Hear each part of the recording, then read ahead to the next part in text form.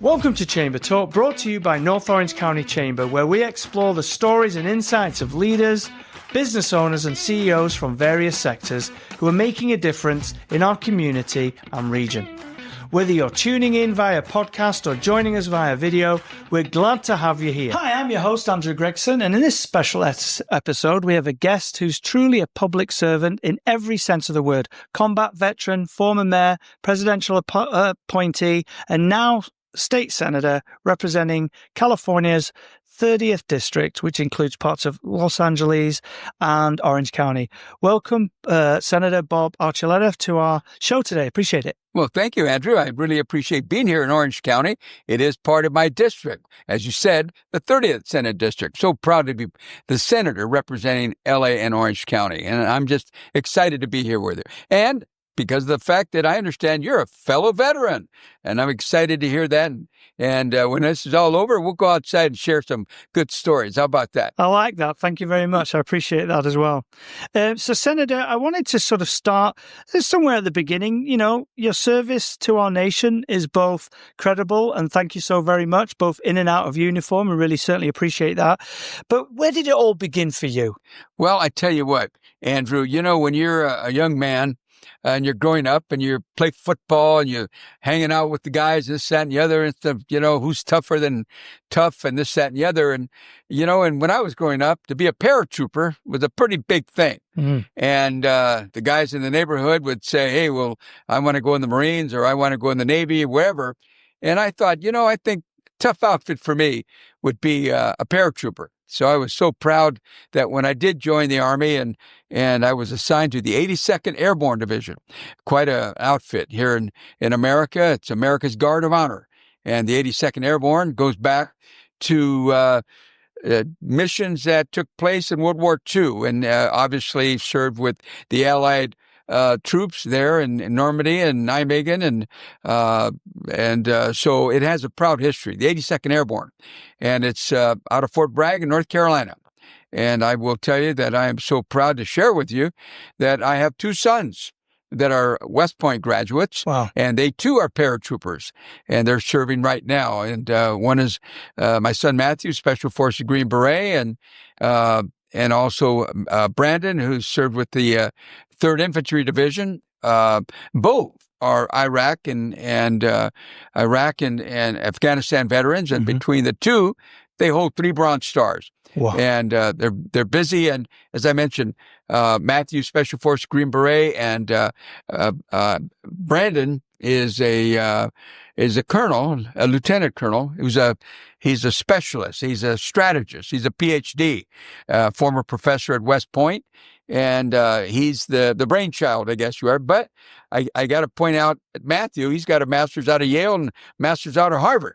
But they're both serving, both paratroopers, and I'm proud of them. And that's where that military thing is all about. But it wasn't just me. It was about so many men and women who serve today, and I honor them because I am the chair of the Military and Veterans Committee for the state of California, and I deal with the military. As a matter of fact, today I was in Orange County at Los Amigos, the military base there, acknowledging Congresswoman Grace Napolitano, who just received the recognition of having a part of the building named after her for her service to Sunburst, that is there helping the youth that need help and working with the National Guard. So I was there to honor her. And I'm there with General Beaver quite a bit.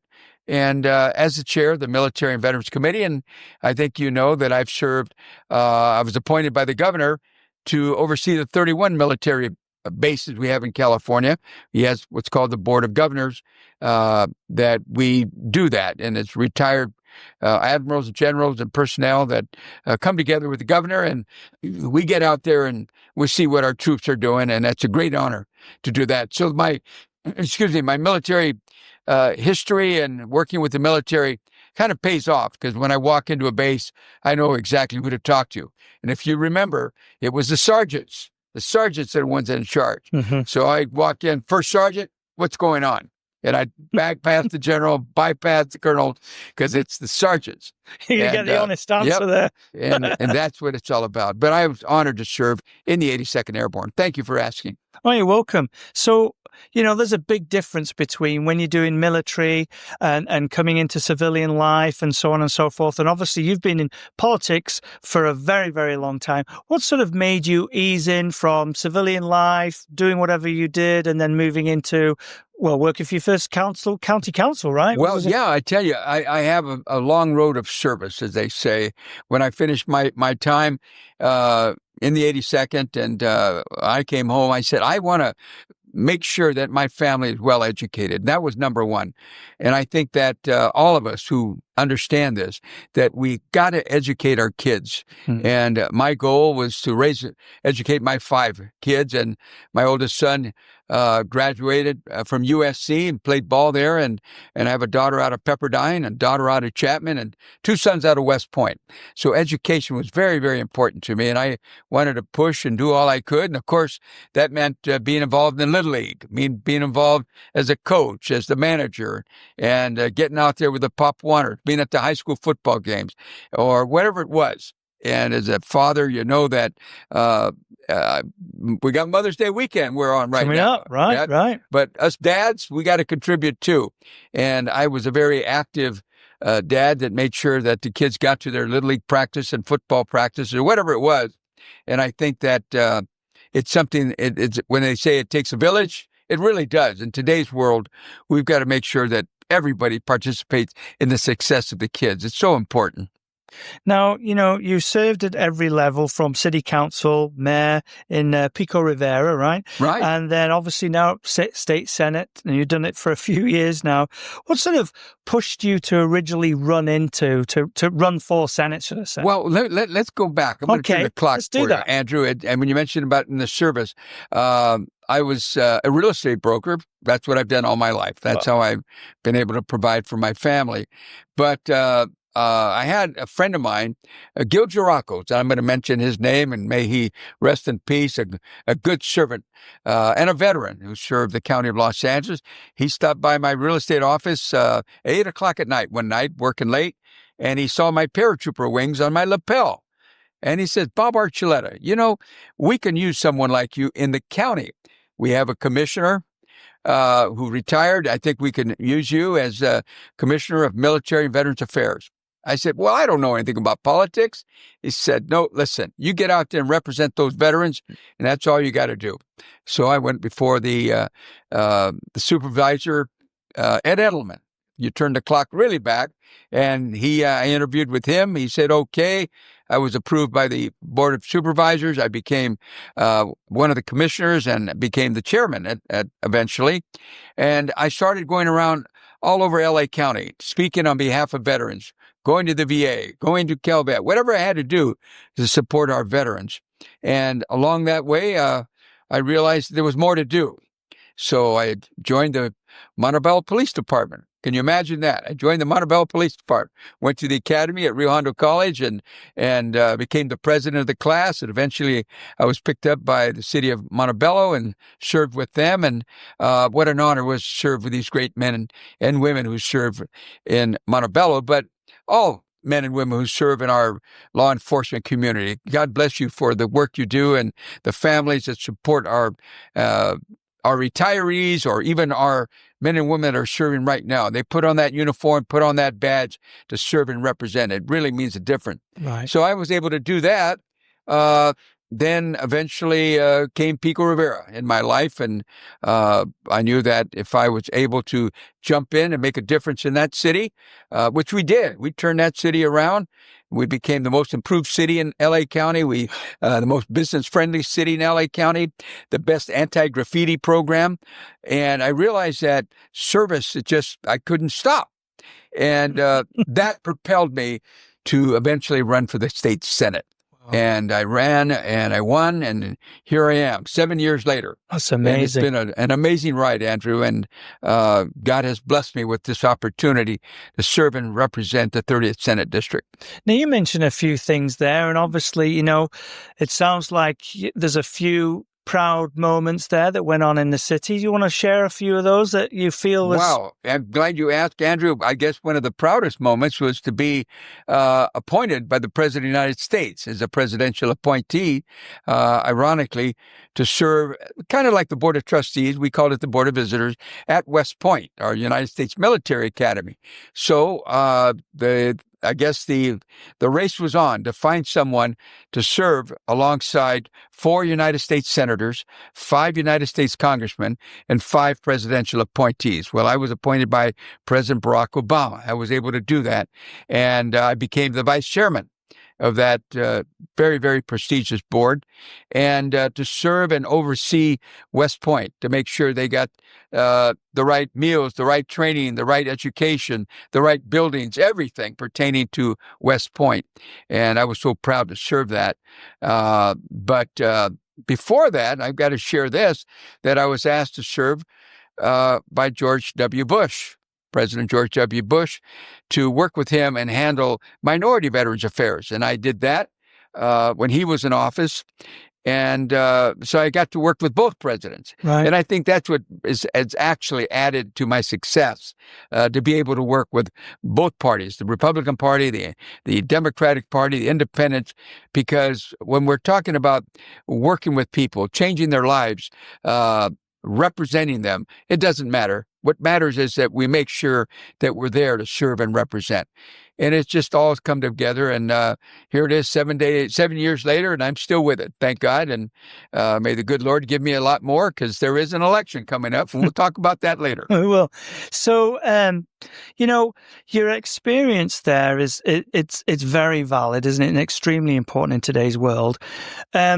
And I feel a lot of people might not quite understand what people do in committees. You want to share some of the types of things, like you were mentioning, you want to make sure that they got the right food, the right equipment, and so on and so forth.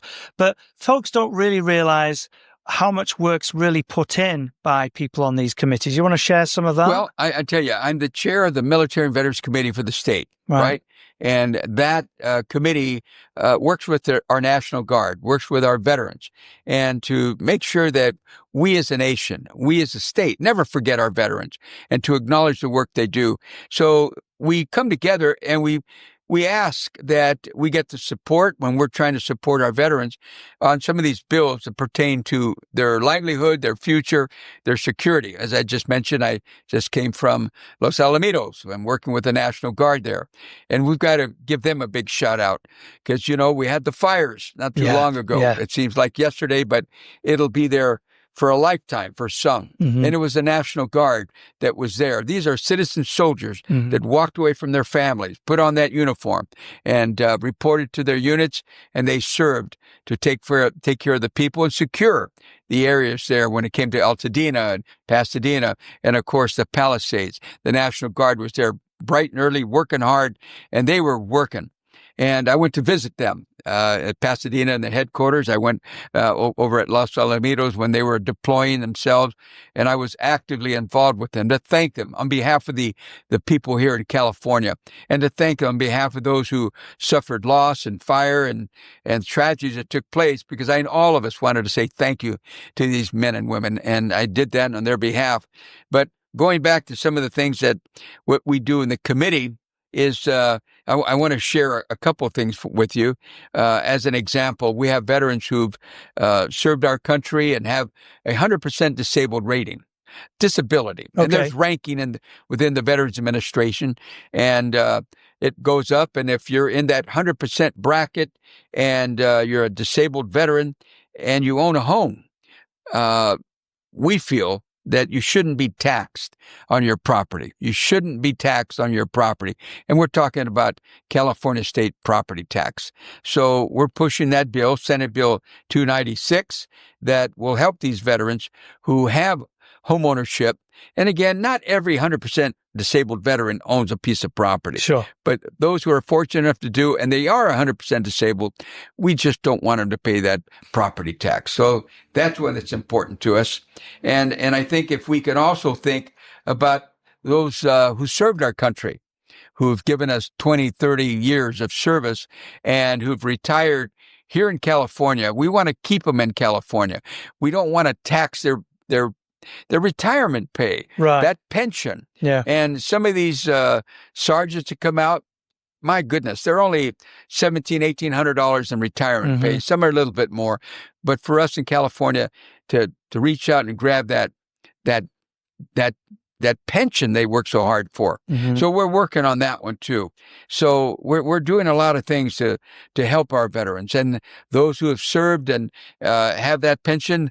The Veterans Administration, along with CalVet, are going to make sure their kids are taken care of and they can go to the Cal State schools free. And that's important. So California is veteran friendly, and I want everyone to know that. But we also have to go through the system, procedures, and protocol to get these bills across.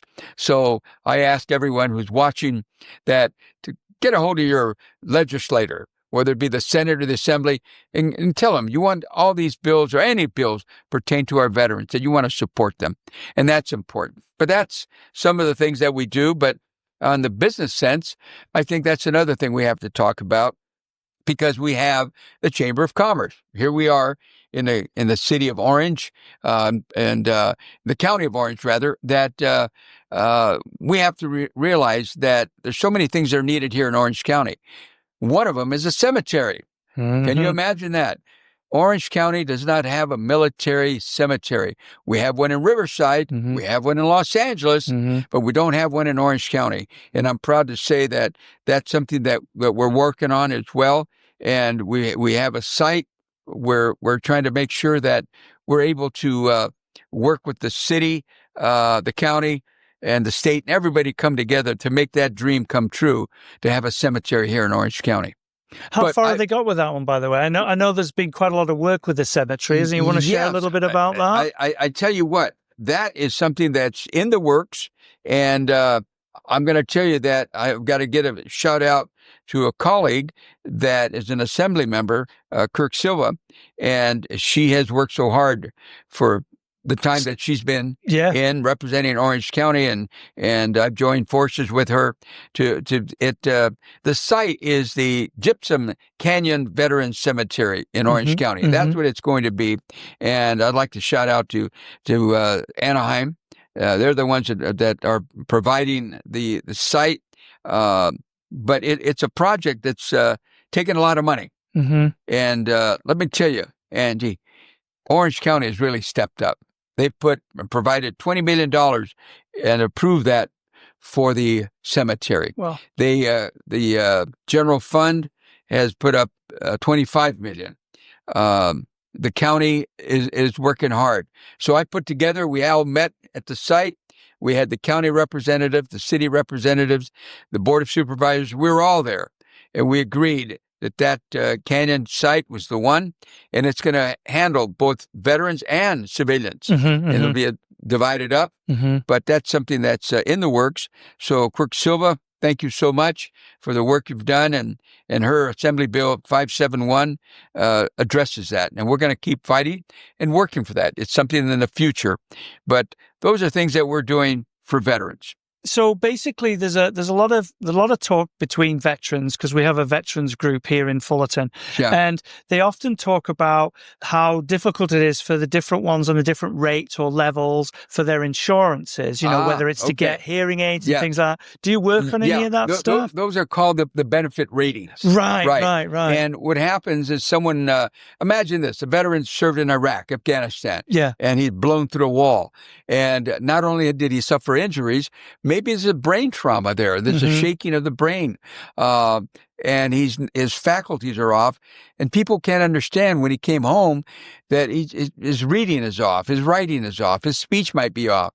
But yet it's still enough to communicate with the family. Sure. And but then they've got to go with the VA. And maybe when that happened, he didn't report it.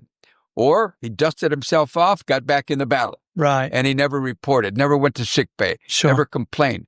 And I think that's an issue with some of our veterans. They're tough, they're strong, and years go by and they come back and they're trying to handle it, and PTSD. And they are now have to deal with their family. Some of them going to drinking, some drugs, some losing their jobs. And so finally, when they get into the VA system, now they have to get that rating. To what degree is there a problem? And if they're that 100% rating, well, that may take them to the point that they can't work any longer. Well, the VA will come in and provide up to about $4,000 a month. And that's the difference between being homeless. That could be the difference with paying their mortgage or paying their rent. Yeah. But they've got to get into the VA system.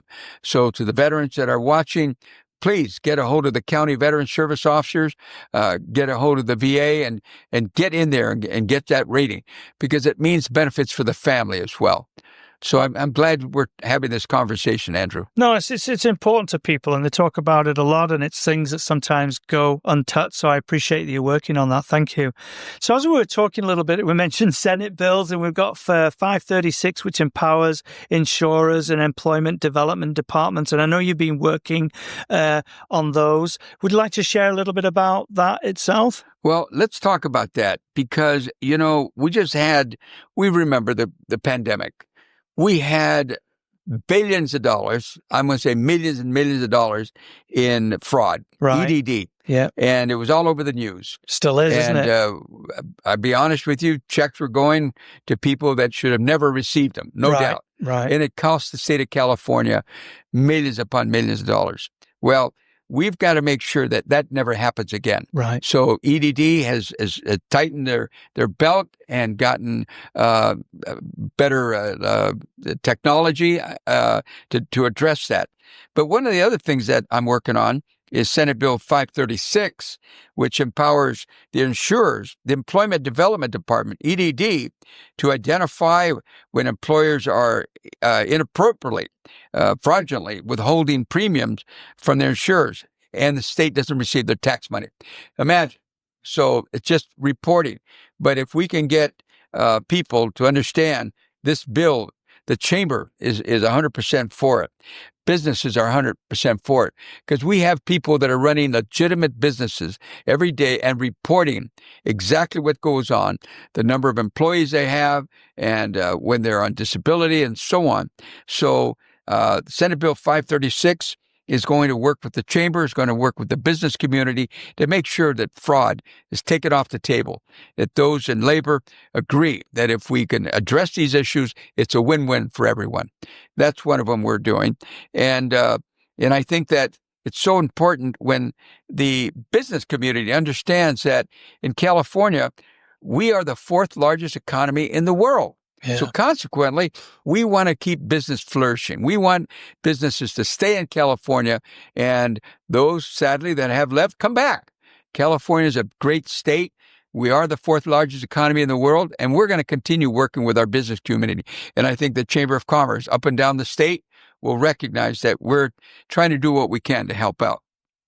That's a very good point. There's another point that that's closer to home, isn't it, from Whittier, that after the tragic death of an officer, which is also in your 30th district there, I think it was Officer Keith Boer, I think it was, wasn't it?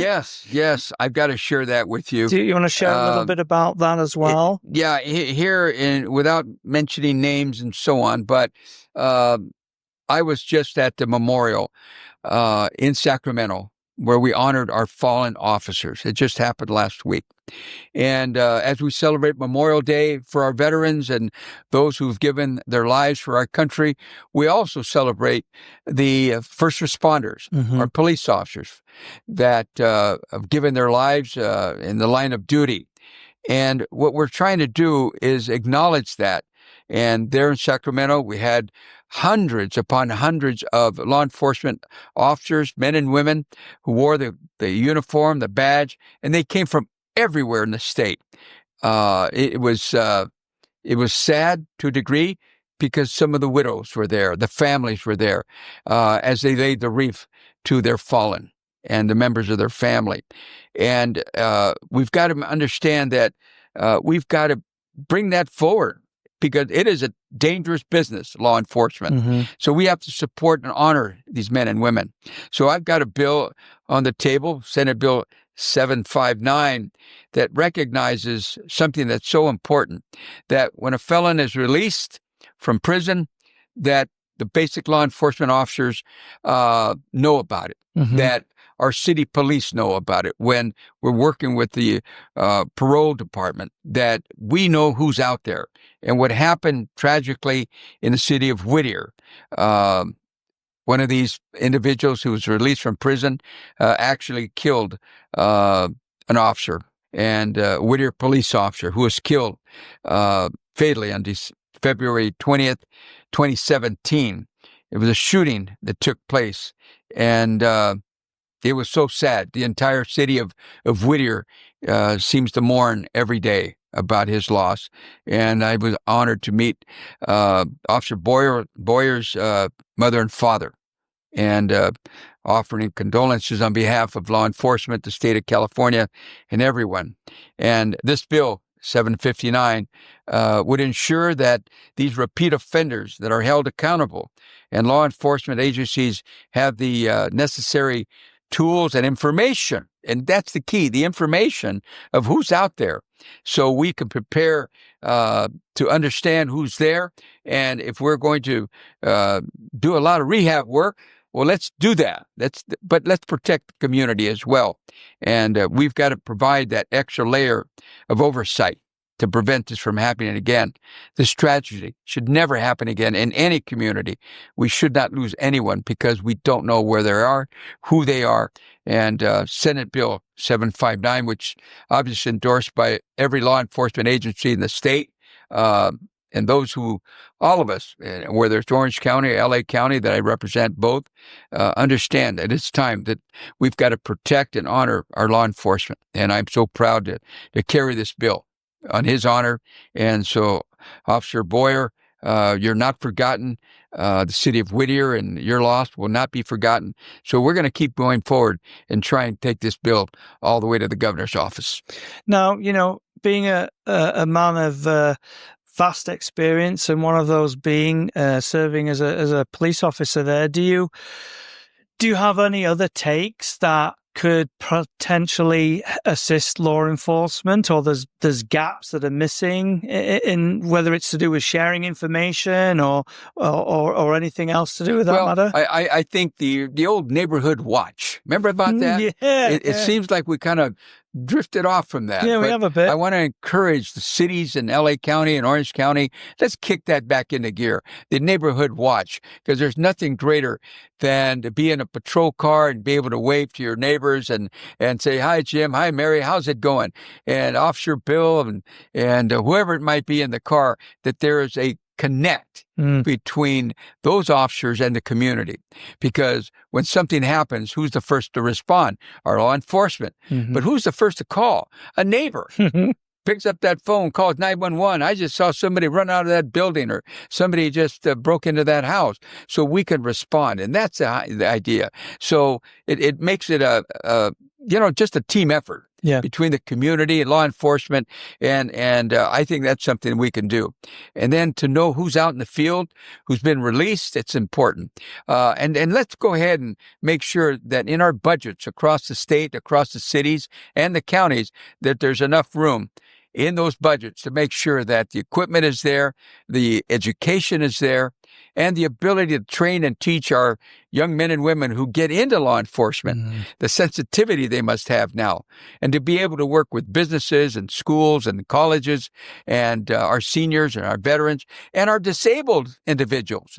Can you imagine if we're able to one day, as an officer, walk up to a car that knows that someone has the inability to speak. Right. It's a big deal. If that officer knows that, and he keeps asking the question, and they can't. Maybe one day we'll tag a license plate. Maybe one day we'll be able to get that 911 call that says, "Hey, I've got someone who's disabled in the family, who has a problem mentally that, please be cautious, please be careful."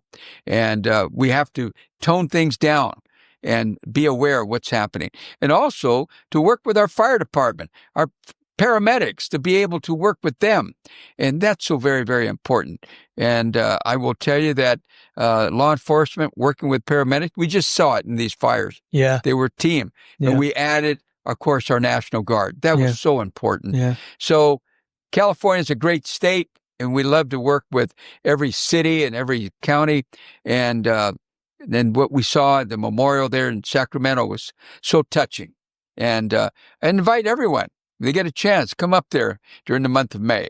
And not to forget our veterans on Memorial Day coming up. And I am just so proud of the men and women who served our law enforcement, our first responders. And can you imagine that fire engine's rolling down whose house? And we have to understand when they get there, that large fire engine, hook and ladder. People say, why do they need all the equipment? They don't know what's happening on the other end. I've got a clue what they need. They've got to have every piece of equipment ready to go. Yep. And our paramedics, well-trained, well-educated, and working diligently with that hospital attendant and that emergency ward. It just so much to be done. And but I'm just proud that I'm in the middle of it all. And I thank God that I'm on this mission. So you'd mentioned a little bit ago about how you'd, visited the fire locations because obviously you were out there meeting with the National Guard and everything. And there's a lot going on. Obviously, there was a lot that you might want to share regarding the findings. But I suppose more importantly, one of the biggest issues that are hitting us, especially in California right now, is about insurance and things like that. Would you like to share anything about that at all? Andrew, before we talk about insurance, let's talk about those poor victims that we talked about, the fire victims. I like that. There in Altadena and Pasadena and the Palisades and so on. Do you realize, Andrew, there was people dressed as police officers, dressed as firefighters, dressed as utility workers in those locations, scrambling through the mess, trying to find something. So I had to put a bill on the table about that. Senate Bill 571 that says if you're going to exploit that and you're going to go ahead and go into an area like that and start looting or impersonating an officer, then that is a felony. We're going to take that to the top, and you're going to be prosecuted to the full extent of the law. And so my Senate Bill 571 says that if you put on that uniform and some phony badge, whatever, and try and get in there and exploit, well, we're going to find you, and we're going to make sure that you're prosecuted.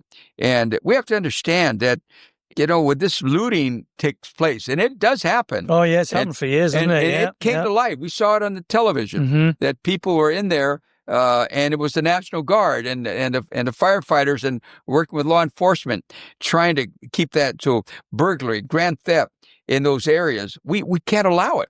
So it's got to take that level of felony, and we've got to make sure that we protect our citizens that lost so much. And so when they're able to go back, they're able to go back in safely. And going back to your issue about insurance, it is so important that those who have insurance, that we work with our insurance commission and everyone else. We have a great insurance commissioner. We have great people who work in that department.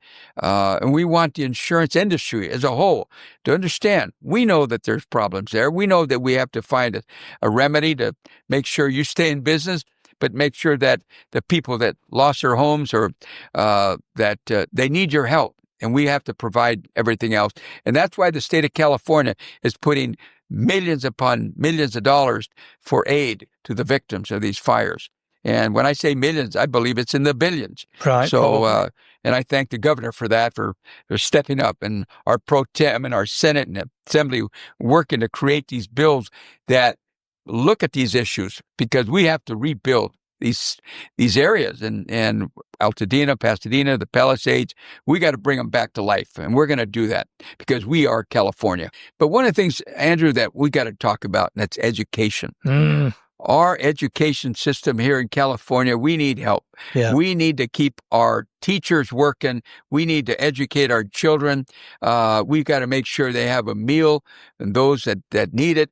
We have to make sure that Head Start continues. We have to make sure there's a pathway to college, and our community colleges are vital to our system of education. Because if we're going to educate our kids, we got to start at ground level, right? Taking them all the way through preschool, all the way through kindergarten, all the way, and their ability to read and write and be competitive is so important, because we have great colleges and universities in California. Yes, we got to get them ready. Yeah.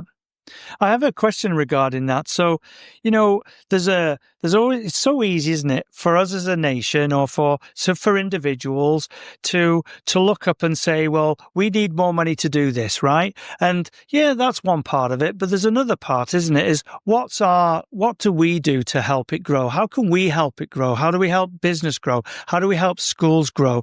What's your take on that type of thing? Let me tell you something. Those parents that participate in their parent-teachers conference and they realize what is happening, and the parents that go to the, I guess I still call the PTA meeting. That's right. The Parent-Teachers Association. Yeah. It's when the parents get involved, the kids will grow and prosper educationally. And it's so difficult because it is tough right now. But any way we can help the parents get there, take time out. And if we can ask our Board of Supervisors to help the Board of Education, that maybe we got to give a little time to our teachers, maybe on a Saturday afternoon when the parents can get in there and go one-on-one with those teachers. And we can take care of them some way, somehow, to make sure that time they gave on a Saturday afternoon, they can be taken care of one way or another. Because a lot of parents just can't leave work. And that bond has got to be there, because when they enter that school ground, they belong to the Board of Education. They belong to the teachers and their hopes and dream of education. And before they get there, they belong to our cities, right? And we have to make them sure they're safe and secure. And so it's a combination of working together. But I emphasize the PTA because it's so important. The work that these parents do, helping the children, working with other parents. And God Almighty, we have to also talk about athletics, because we have to keep these kids healthy. And parents and the work you do in that Little League and the baseball and football and Pop Warner and you name it, all that parent participation. That's what it's all about, working together and to make sure that those teachers are acknowledged, because they are the angels that provide us, that service you need for your family. When they come home and they say, Mrs. Johnson said this, or Mr. Gomez said this, whatever, or Mrs. Smith said this, it's because they're learning and they're challenging the parents, right? And it's not all computer. It's one-on-one with the kids. I like that. I love the community spirit you have. Yeah, I think you're the most energetic political person I've ever met. It really is a delight. It really is, honestly. I'm honored that you say that, Andrew. Because you need energy. You know what I mean? It's something that I give because it's so exciting. My wife will tell you, I'm like this 24/7. Yeah. My staff will tell you, they can't keep up with me. Yeah. So you tied in a lovely little point there, and I know you represent a diverse district, spans across LA and Orange County, and there's a big economic system going on there. But what is your view or your take on small business recovery and workforce development and things like that within the regions? Well, let's talk about workforce development. All right. And I talked about education. Yeah. We've got to train our youth, train our young men and women, and train our adults in preparing for the future. I had mentioned I'm the chair of the Hydrogen and Energy Committee, and we're looking for hydrogen in the future, but we need the workforce to get ready. So I'm working with Cerritos College and working with labor and getting them into the school so we can start taking the young men and women who are in our community college, start opening the doors to hydrogen. It is part of our future. And as I tell everyone, you open up that treasure chest of energy we have in California, well, yes, we have solar and wind and electric, but we also have hydrogen. It's part of the future, but we need the workforce to be ready for that. And UCI is working hard on it. It's going to be part of it. So workforce development comes with education. That's why having our community colleges start turning that knob into technology a little bit more. So when they finish up, they can be challenging and they can be competitive in the marketplace. And that's so important. You're going to be about the only person who's ever mentioned to me about hydrogen. Mention hydrogen, I'm going to give a plug. Yeah, I got to give a plug the Foothill Transit. They got their buses all running on hydrogen. They're what we call fuel cell batteries. And they just ordered 30 more buses. because they find they're convenient. The drivers love it. The technologies in those buses, it's amazing. And the people love it. And they go right up those hills just as smooth as you can be. And I will tell you this, even 18-wheelers today, that you see the trucks and we've all been at an intersection. You see that big 18-wheeler and it's crossing the intersection, chuck. But you get an 18-wheeler on hydrogen, it's just as smooth as it can go. And I will tell you, but that development is not all here yet. No. Because we need the infrastructure. Yeah. So California is looking for federal funds that are coming, and it's called Arches. And Arches is working with the federal government, working with California. It's an innovation. Right. But it's going to be part of our future, and that's hydrogen. So when you talk about workforce, that's where it's at. But we've got to turn to our community colleges. We got to get mom and dad back in school at the local community colleges, wherever it would be. And I know Golden West is here, and we've got colleges community colleges that are there. So mom and dad can communicate on the computer, be competitive with their kids. Right? We all say, if you want something done, give it to a 12-year-old. He'll take that instrument, that phone, and he'll calculate it. He'll work it out and go to your computer and so on. Well, we need mom and dad to do the same thing. Now, I have a more of a personal question for you, and it's something that sticks in my mind often, and it's sort of carrying on with the energy question, is I'm really concerned personally. I have an electric car, so I think this way on purpose. Sure.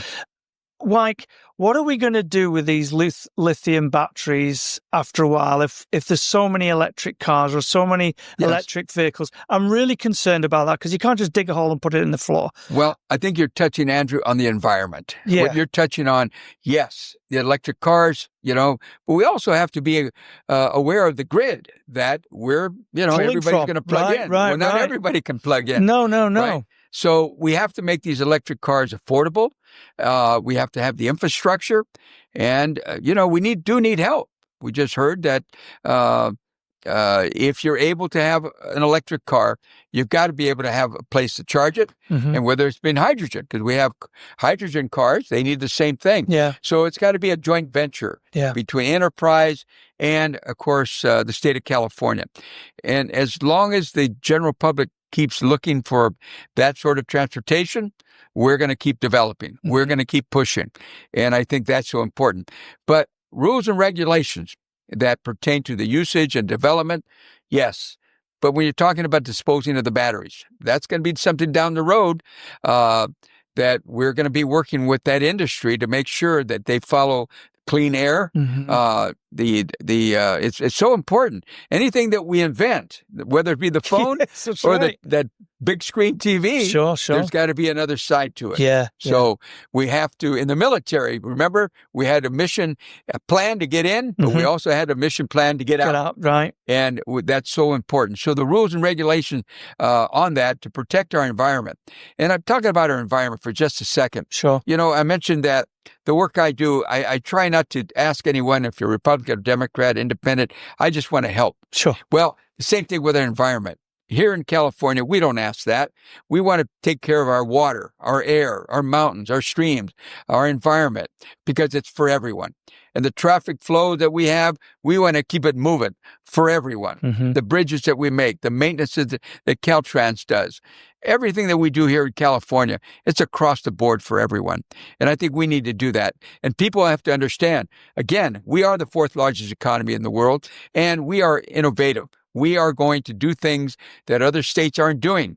So we have to make sure that we're trying to equalize everything across the board, give everyone a fair shot at education, job opportunity, job growth, everything we're doing. And we have to protect our hospitals. That's another thing, because they're up against it too, because they are a business, Andrew. Yeah, they are. Hospitals are a business. They've got to run. Yeah. We've got to educate our nurses. They've got to be competitive. And we want our nurses to be here in California. We just had the pandemic. Yeah. We were importing. My God, we got to start training and opening the doors for our nurses and our doctors, because we need here. Because when you think of California, remember, those of us that don't travel much in California and those of us who do, we realize it's a big state. Big state. And we've got to take care of so many issues. I think water, my original air, home farm. and of course, Sorry. remember, we feed most of the nation. Yeah. And 100%. those farm workers have got to be taken care of. So issue after issue. And we talk about Orange County. What a blessed county this is. It really is. Once we have that veteran cemetery in there, we've got the John Wayne Airport. There are so many beautiful things here in Orange County. And I'm so honored to represent a portion. So big shout out to Brea. There's nothing wrong with Brea, just up the road there.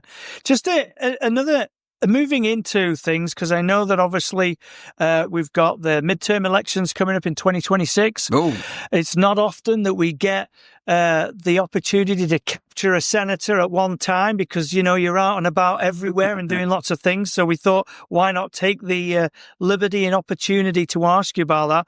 How are things looking for that? I know you're the incumbent, right? And you're going to be running again, I'm assuming. Yes, I am. Well, let me tell you, Andrew. For those that don't know, we in the California State Senate, we're allowed 3 terms at 4 years each. 3 terms at 4 years each. I've got 1 to go.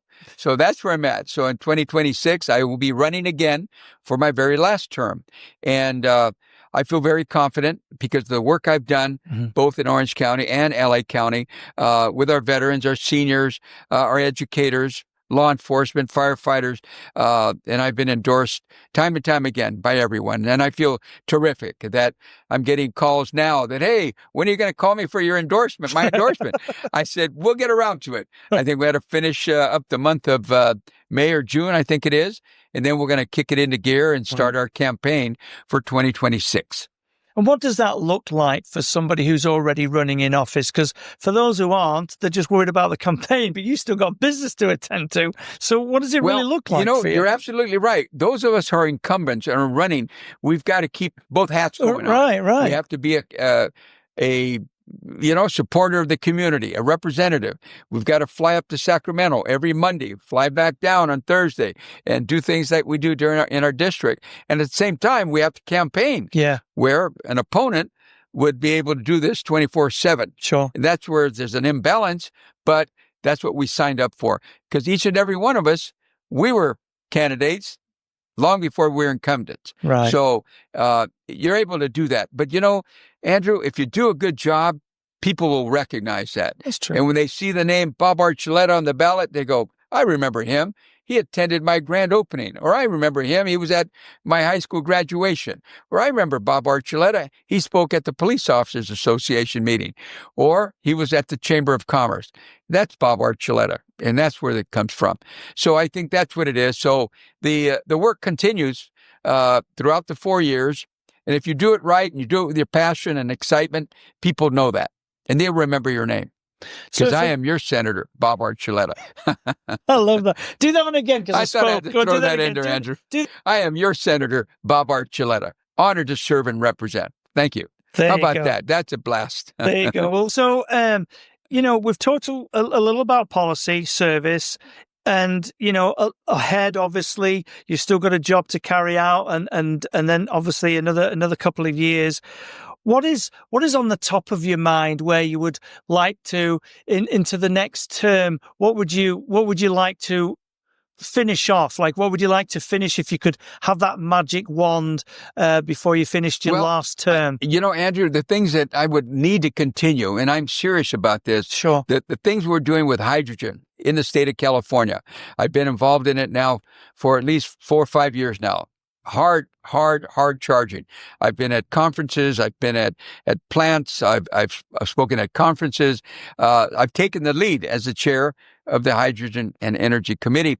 So I know that over the next 4 to 5 years, hydrogen's going to take a big leap forward.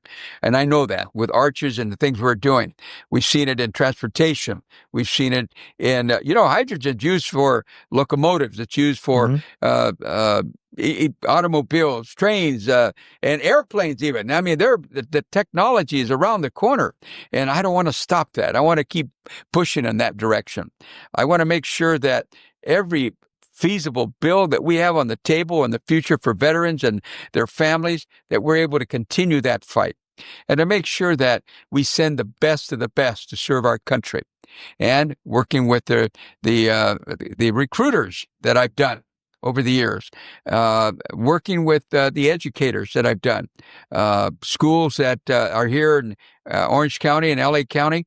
Again, we have a pretty good rating when it comes to education in Orange County, whether they be the grammar schools or the junior high schools, intermediate they call them, or the high schools. You know, you got some fantastic schools. You know, I got to give a shout out to Mater Dei and being national champions in football for the number of times. And Bruce Rollins, who's retired now. I know Bruce from years back. And I hope you're enjoying your retirement, Bruce. But Mater Dei is another great school. But that's just one I just picked up. Sure. But I will tell you, all the great schools in Orange County that are here, they've opened the doors because we send them on to Yale and Harvard and Stanford, and Orange County has a great reputation. And that's to the Board of Education. That's to the county supervisors and the teachers that are here who are committed to understanding as teachers, it's a calling. It's just not a job. It's a calling. And so those teachers that are out there, thank you for what you do and the sacrifice you make. And I know some of you have now completed your 25th year, maybe going into 30. Thank you for your service. And that retirement, I'm hoping will open up other doors. But don't give up on our kids. Come on back, visit. And we need your expertise and professionalism. We're coming to that part of the episode where we always offer our guests that free mic time. So we might have missed on something that's important for you to share. Maybe you have a final message to share. And I just wanted to give you that moment to share whatever you'd like to say. Well, Andrew, I want to thank you for allowing me to be here with your guests and to be part of your show. Again, I'm Bob Archuleta. I do represent portions of LA County and Orange County, and as a veteran, served with the 82nd Airborne, and I believe I might be the only senator that I know of in the country that has two sons that are both West Point graduates. Probably. We're both serving right now. I mentioned that, and one was the class president at West Point. The other came in 4 years later as vice president of West Point. One's a class president, one's a vice president. That's important. But I will tell you this message: parents, love your children, hug them, hold them, and listen to them. Because if they want to go to Yale, then let's find a way to get them there. Let's put them in that library. Let's make sure that you understand. And if they want to go ahead and learn about automobiles, about science, here we have everything to provide for that. So I send you that message, because if I can have my 5 fulfill their dreams, you can have yours do the same. And those of you who want to think about a career in law enforcement, sit down. Go meet with the chief of police. Get it that ride along. See if that's something you really want, because it too is a calling. And for those of you who want to think about providing service to the community and you want to run for office, well, sit down with your city councilman. I think that's another great way. But I will tell you, we are in America and the opportunities are here. And I want to share this with you, Andrew, before I do sign off. When I was born, I was given to my grandmother.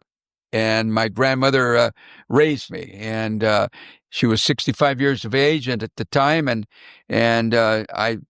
I was her pride and joy, and that's all we had, just her and I.